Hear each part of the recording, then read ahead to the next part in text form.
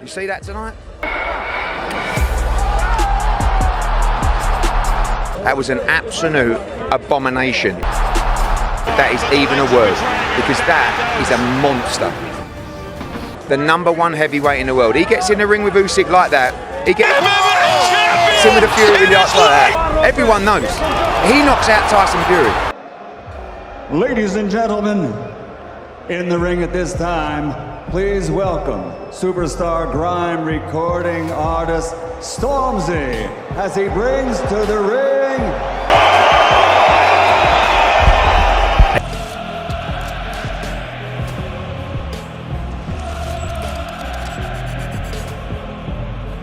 from home from him, and he looked very relaxed. Yes, he's walked this way before a few times, Fletch. London, are you ready for me? Olympic gold. 13 wins. 13 devastating knockouts.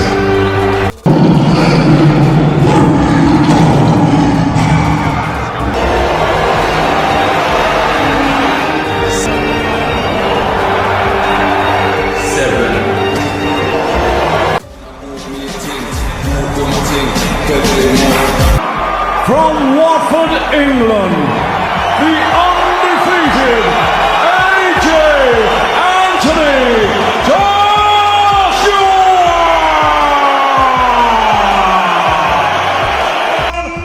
Netflix, to those of you joining right here, and history! Let's meet the fighters. First, fighting out of the blue corner, silver chrome trunks. He stands 6 feet 1 inch tall. He weighed in 227.2 pounds. He holds a near professional record of 10 victories, 1 defeat, 7 of those wins coming by way of knockout. And he fights Puerto Rico, Cleveland, Ohio, USA. He is the multi-talented superstar who bridged the gap social media, and professional boxer, a content creator, an entrepreneur, a philanthropist, and a promoter, and the self-proclaimed of boxing. Ladies and gentlemen, he is the problem child, Shake El Gallo. Olympic champion. So how long does that fight last? Listen, my opinion, it's 1 round. There's been some talk about possibly Joshua using Jake Paul as a tune-up to fight you. What are your thoughts on that? I don't know about tune-up. I think Jake Paul knocks him out. You make of that? Anthony by murder. By murder? Yes. Golly. Might knock his head off a little bit. Like, it might be special effect, but it might, like, go out. Like legit? Yeah. Boxing icons are sharing high-stakes predictions for the Jake Paul versus Anthony Joshua showdown. Usyk says this bout ends inside 1 round because he has battled Joshua twice and understands the elite power, risk, and financial influence behind him. Usyk insists the event is driven by revenue, marketing leverage, and digital monetization rather than true competitive value. He believes Joshua needs only 1 decisive moment to show the enormous gap in strength. To Usyk, this isn't a balanced matchup, but a fast, high-impact outcome, placing Jake in territory far beyond his experience. Complaining about AJ taking that fight. Obviously, it's a lot of money, right? Yeah. Do you see something wrong with AJ taking that fight? This is just a lot of money. It's just a show. Right. This is not interesting sport because, guys, brothers, Anthony, it's Olympic champion. Right. Jake, it's just sportsman. Yeah, YouTuber. Jake do a lot of work. Special coach, special food, a lot of exercise, new. Yes. But this is guy don't have a mother fights. Right. Never. Right. A mother fights. Maybe them wrestling, now professional, but Joshua, Anthony Joshua, it's Olympic champion. So how long does that fight last? Listen, my opinion, it's 1 round because Anthony twice, my fight twice. Jab. Very hard. Yeah, look. You know, this is. And still from his Damn, fight. this jab. Tyson Fury offers one of the most explosive and high-impact predictions in the entire conversation, boldly claiming that Jake Paul will knock out Anthony Joshua. His statement disrupts expert consensus, yet Fury argues Jake's physical growth, advanced strength training, and disciplined preparation make him a far more lucrative and powerful contender than people admit. Fury believes momentum, confidence, and strategic evolution can outweigh experience, especially in today's fast-moving, high-value boxing market. While controversial, his prediction adds financial interest, industry intrigue, and premium engagement because it comes from a heavyweight champion who understands elite combat at the highest level. Some talk about possibly Joshua using Jake Paul as a tune-up to fight you. What are your thoughts on that? I don't know about tune-up. I think Jake Paul knocks him out. Seriously? Yeah. Why so? What impresses you about Jake Paul? I just think Jake Paul would knock AJ out. I think AJ's a spent force, and I think Jake Paul's on the rise. And I like his new heavyweight look. Teddy Atlas breaks down the matchup with a strategic, high-value mindset. He admits Joshua's size and power create a premium advantage, but he stresses that Jake Paul brings youth, faster recovery, and improved footwork that can shift momentum. Atlas explains that Jake's hunger, risk-taking mentality, and early career confidence give him a competitive edge that cannot be ignored. While Joshua's experience and technical background remain elite assets, Jake's movement and willingness to engage may create small but profitable openings. Atlas isn't predicting a Jake win, only highlighting that Jake's tools offer enough leverage to take him seriously. While we look at all the advantages that Joshua has, let's look at how I look at where maybe Paul has some advantages. He's younger. His feet are a little faster. I know he's not at that level of a fighter. I get it. But his feet are faster. Joshua's feet are not that fast, closing gaps, getting to somebody. To hit him, even if you're better than him, you still got to get to him to hit him. Also, Joshua, last time he fought was over a year. He hasn't fought. He was basically retired. Where's his mind at? He got knocked out terribly by Dubois. Where's his confidence? Where's his mindset? Where is he? Is he taking this fight the way that fans are, overlooking Paul, taking him for granted? Yeah, probably is. Might be. Does that weigh in? Yeah, that weighs in. People don't look at those parts of it. And the weight.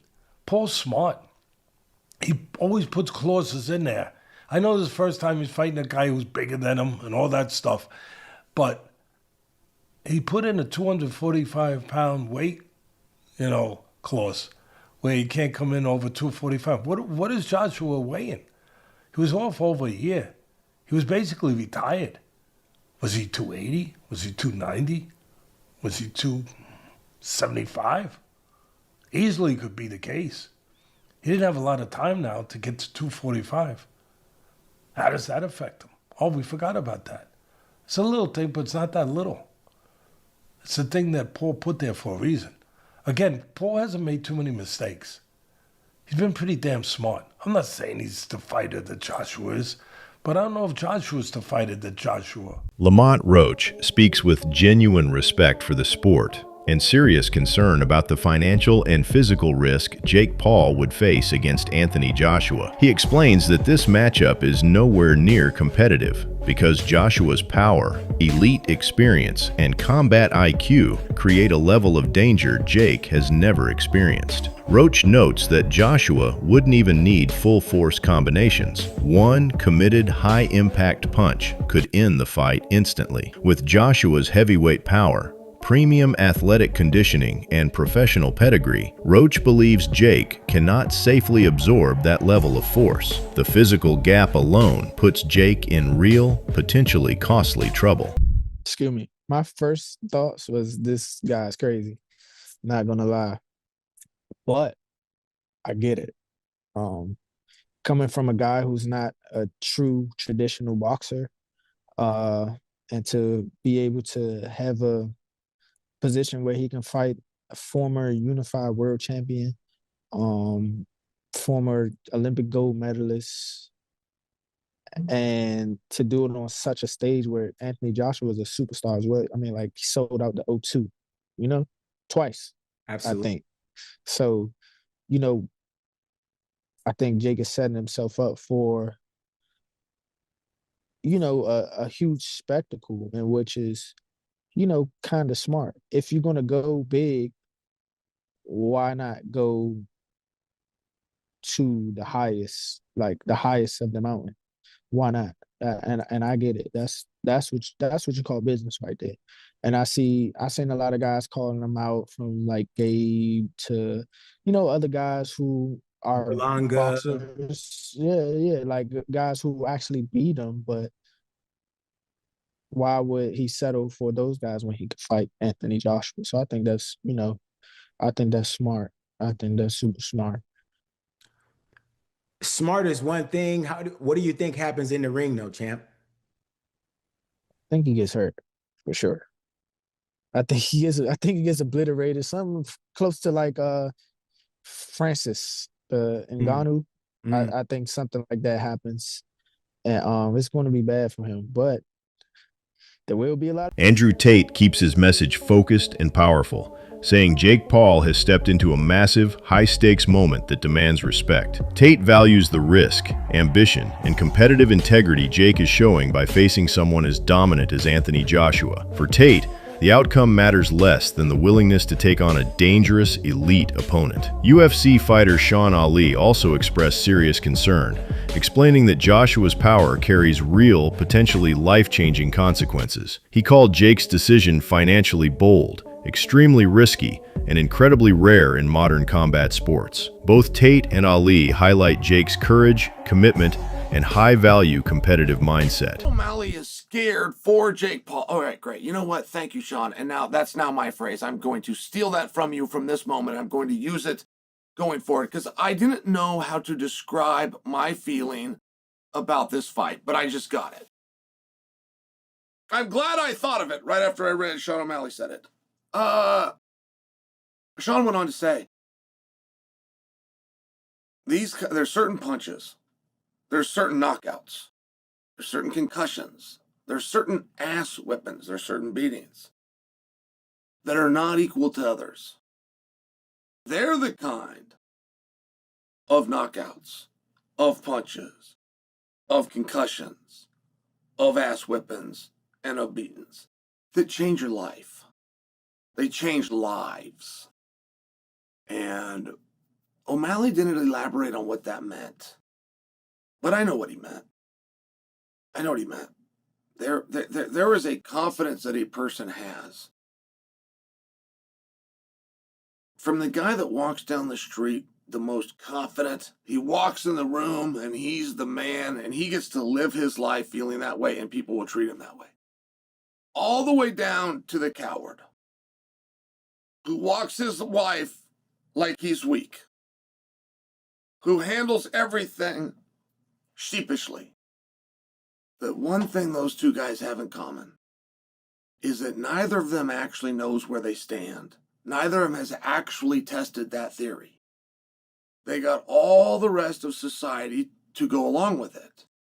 Therefore, they don't have to test. Sonnen delivers a more detailed and financially minded breakdown explaining why the matchup leans overwhelmingly toward Joshua. He highlights Joshua's size, power, height, weight, reach, and extensive professional experience as premium advantages that create massive competitive leverage. Sonnen acknowledges Jake's improvement, but stresses that Jake's past opponents cannot compare to the elite caliber Joshua has faced. He adds that every factor in this fight, from physical tools to strategic preparation and mental discipline, leans toward Joshua. Sonnen's analysis removes emotion and focuses on high-value, data-driven facts that reveal the dramatic competitive imbalance between both fighters. It is a clear assessment. The Francis Ngannou performance.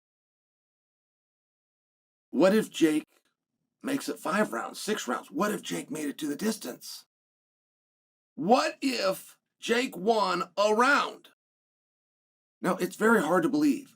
It's very hard to imagine. I think it's the big struggle with this fight.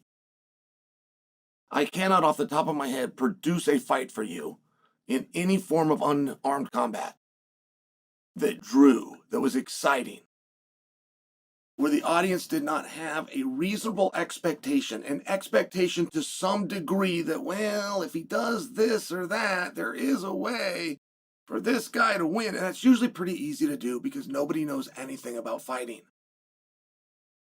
Nobody watching this right now, none of you, my millions of viewers, not one of you has ever boxed. Not one of you knows someone in the family. Well, my dad was a boxer. My uncle was a boxer. No, you don't. Not only are you not a boxer, you don't even know of a boxer. Now, I only share that because when I come out and say nobody knows what they're talking about when they're talking about boxing, like, it's not meant to be an insult. You don't know anything about boxing. It was never taught to you. None of you in recess boxed. None of your junior highs, your high schools, your colleges, your community colleges offered boxing. Your hometown didn't have a boxing gym. Now really think about that. Because as much as you love the sport and as much as you think that you understand it, not only do you not understand it, you can't even have a conversation with other people who do because they don't understand it. So what is a win? I think that time counts. I think that time is a very big deal. You're in that little bitty ring, and I know a guy can run backwards, but running backwards is not illegal in boxing. It is. Chris Algieri takes a strategic, data-driven view based on Joshua's history and performance patterns. He explains that Joshua always adjusts to the financial stakes, risk level, and competitive threat in front of him. Against dangerous opponents, he stays disciplined and calculated. Against smaller or less experienced fighters, he delivers the dominant, high-impact performance audiences expect. Algieri believes this logic applies perfectly to the Jake Paul matchup. He expects Joshua to avoid unnecessary risk, but finish decisively once he advances. This predictability, built on consistency, competitive awareness, and controlled power, creates a reliable formula that continues to generate excitement and major value. His reputation as an elite heavyweight. Do you understand the analogy I'm getting to, Chris? Yeah, and I agree. And but listen, Joshua's done this already. He fought a guy that he was supposed to destroy, right? And then he went out there and he destroyed him. And he didn't play with his food. Yep. He didn't say, okay, it was Ngannou I'm talking about, obviously. Of course. Who gave Tyson Fury fits and really had everyone questioning Tyson Fury's ability because he struggled with an MMA fighter in his pro boxing debut. Anthony Joshua didn't do that. He went out there and did what we all expected Tyson Fury to do and completely wiped the floor with the guy. And if Joshua doesn't do that this fight, I agree with you, Jimmy. It's going to hurt his stock. It's going to hurt the way that people perceive him moving forward. And also, I think, honestly, and if he doesn't go out there and just lay into Jake Paul and end it in the first, if not second round, to me, it's gonna look fishy to me. It's gonna look like this was a setup. This was an exhibition. This wasn't a real fight. If this is a real fight, it should be over in 90 seconds because Anthony Joshua is a legit gold medalist, super heavyweight, crazy athlete, awesome power, and Jake Paul just isn't on that level in any way. And he's not in end. He's undersized. You know, Jake Paul was fighting a cruiserweight in his last fight. He was under 200 pounds. You know, Joshua is a legit 250 pounds with abs, and the guy punches with the right hand like a cannon. The one advantage Jake Paul has had in previous fights, and we all know people who have worked with him, and they go, he's got natural power. He can hit pretty well for his size. Not elite, right? Not world championship, but he can hit pretty well for his size.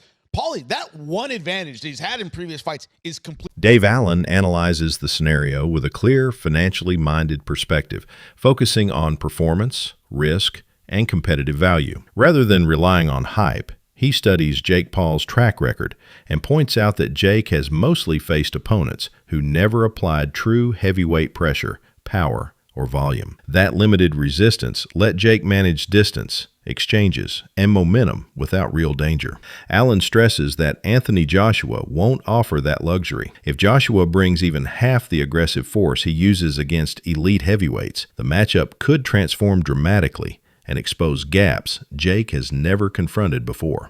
But he couldn't beat Tommy. Could he win the area lightweight title? I'm not sure. Don't know who the champion is. If I had a look, I could tell you, but I'm not sure. He then boxes Nate Diaz. So he's boxed one boxer so far, if we keep in count, and he's beat none. Then he boxes Andre August, who I believe was a pro, and this is now at 14-3, so he's now actually a cruiserweight. Andre August I'm not sure. Ryan Borland, 17-2. Again, I'm not sure. But fair play, he's beat two boxers here. Beat two boxers, what can I say? He then fights Mike Perry, who is an MMA fighter, bare knuckle boxer. He's not a glove boxer. He then fights Mike Tyson, which was an exhibition. Barry McGuigan delivers one of the strongest responses in the entire discussion, emphasizing a financial, physical, and competitive risk many fans underestimate. With decades around elite punchers, he understands how instantly a heavyweight's clean shot can change outcomes. He explains that imagining Jake Paul facing Anthony Joshua should concern any experienced analyst. His remarks aren't an attack on Jake, but a reminder of the brutal physics, economic stakes, and real-world danger in boxing. For McGuigan, this matchup exposes a risk far beyond entertainment and reinforces how unforgiving the sport becomes when power gaps collide here. Some people are saying, you know, AJ's grabbing the bag. There's nothing wrong with that, because anybody else, if they got offered that kind of money, they would do it. So, Yep. And some people are suggesting he might damage his legacy. Where do you sit with the decision of him taking that fight? And it's a professional 8-round fight as well. Yes, it's a highly dangerous fight for Jake Paul. I don't know what he's doing, unless they have done some sort of caveat or some sort of agreement that he says he's going to go easy on him, or he's not going to go flat out. But you know, I've been tossing this up and down in my mind and trying to figure how, and under God, when he had agreed to fight someone like Tank Davis, who is, you know, several divisions below him, that's more like. Thanks for watching. Expect more premium financial insights next time.